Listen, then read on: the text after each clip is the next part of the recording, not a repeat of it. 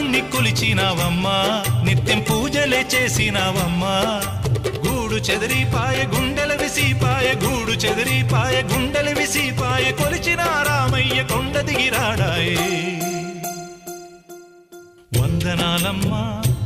అమ్మా వందనాలమ్మా